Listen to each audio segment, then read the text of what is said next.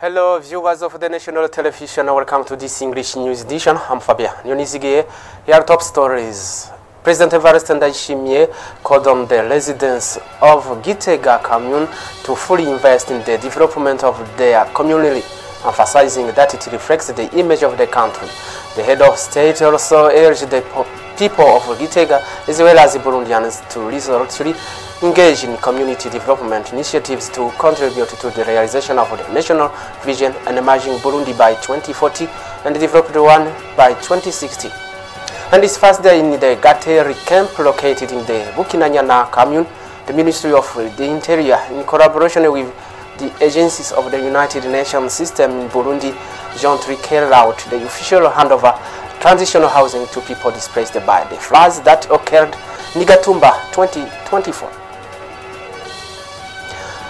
President Evariste Ndayishimiye called on the residents of Gitega commune to fully invest. President Evariste Ndayishimiye called on the residents of Gitega commune to fully invest in the development of their community, emphasizing that it reflects the image of the country. The head of state also urged the people of Gitega as well as Burundian to resolutely engage in the community development initiatives to contribute to the realization of the national vision in emerging Burundi by 2040 and developed one 2060. This statement was made on Friday during the presentation of the administrator of Gitega commune. The Speaker of National Assembly, Daniel Geraze Ndabirabe, departed for Russia this Friday at the invitation of the Speaker of Duma. During this visit, the two officials will sign a cooperation agreement between their respective institutions and throughout examine its contents. As a customary, every last first day of the month, the CNDD-FDD party organizes an interfaith prayer session under the theme, "May God grant every Burundian a heart that honors the living heroes and the descent on those who have fallen." In Bujumbura province, the prayer took place at the national headquarters of the CNDD-FDD party, located in Nahangwa commune, as requested by the presence of the parish deputy secretary General Siriake Shimirimana. Evariste Niyonkuru was there.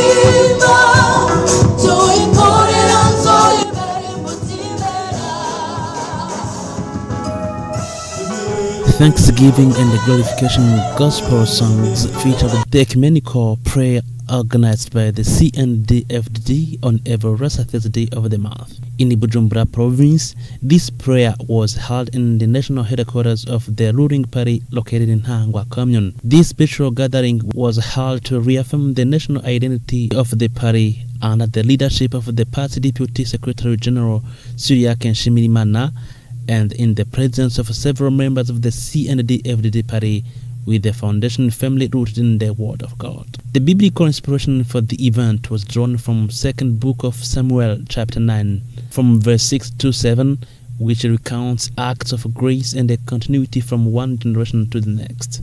In his sermon, Sheikh Ramadan Kumar reminded the participants of the need to reject all forms of division among Burundians and warned against the formation of divisive coalitions. He emphasized that true heroes never die, but are transfigured, dwelling symbolically in the royal palace. He urged the party members to honor these heroes by obeying, respecting, and supporting their legacy in the pursuit of the national vision. For his part, the Deputy Secretary General Siriake Shimirimana highlighted the significance of the November as a month dedicated to heroes, encouraging party members to reflect on their actions in light of God's commandments. He called on members to reject favoritism, marginalization, and fraud, urging them to remain vigilant in safeguarding peace and security. Furthermore, he appealed to leaders to abstain from corruption, misappropriation of public resources,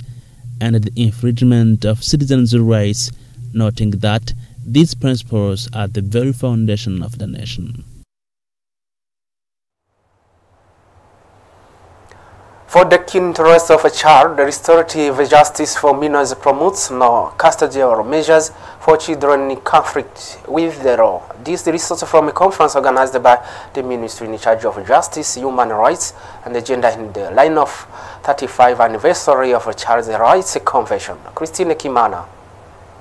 Presentations on the restorative justice for children in conflict with the law in Burundi. All speakers emphasized on the importance of non-custodial measures to protect the children's rights. Dr. Ildefonse Sindaigaya, a lecturer at the University of Burundi, stated that the idea for re-education and restoration of children should not be in re-education centers which are conceived as jails. Rather, they should be kept in families or school and rely on mediation and repair of the damages and repairment of damages by the family. Stakeholders involved in child protection have called on the government through the Ministry of Justice to review the existing legal framework and the implementation in order to effectively integrate non-custodial measures for minors in conflict with the law. Participated in this conference or actors for the protection of child, law professionals and students of law faculty at the University of Burundi. This first day in Gateri camp located in Bukinanyana Commune, the Ministry of the Interior in collaboration with the United Nations Agency in Burundi officially handed over transitional shelters to individuals displaced by the flood that occurred in Gatumba. The beneficiaries were urged to take good care of these facilities and to actively engage in personal development initiatives. Evariste Nyehuru once more. Here is exactly in the Gateri camp located in the Buganda zone, Bukinanyana commune, approximately 2 kilometers from the town of Buganda, where this Thursday the Ministry of the Interior, in collaboration with the various United Nations agencies, officially handed over 547 transitional shelters. These homes were built in the camp to accommodate people displaced by the floods that occurred in Gatumba in 2024. The infrastructures delivered include housing units as well as mobile clinic.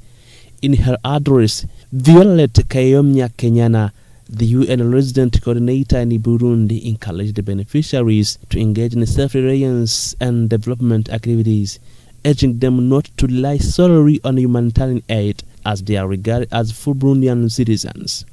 Representing the Minister of Interior, Jimmy Hatungimana, called on the residents of Gateri camp to take good care of the infrastructure, reminding them that it is now belongs to them. The beneficiaries expressed deep appreciation for the support. However, the displaced persons affected by the floods requested additional support from the government and its partners, particularly in getting access to electricity, the construction of a road connecting the camp to the town of Buganda, schools, and Alaborand. To end this news, the National Water Analysis and Research Laboratory of the Burundian Office Environmental Protection, or BPE French acronym, received significant support this first day from the Nile Basin Initiative. This assistance aims to strengthen the monitoring of both the quantity and the quality of water in Burundi. The handover is a part of the Nile Cooperation Project for Climate Change Resilience. Jiva Ndaishimie for more details. This laboratory equipment provided by the Nile Basin Initiative (NBI) to the Ministry of Environment, Agriculture and Livestock to support the National Water Analysis, the Research Laboratory of the Burundi Office for Environmental Protection of BPE, and monitoring water quantity and quality, as well as in combating pollution and erosion. Today's contribution strengthens our national capacity to monitor, analyze, and manage water quality, an essential foundation for public health, environment protection, and national development.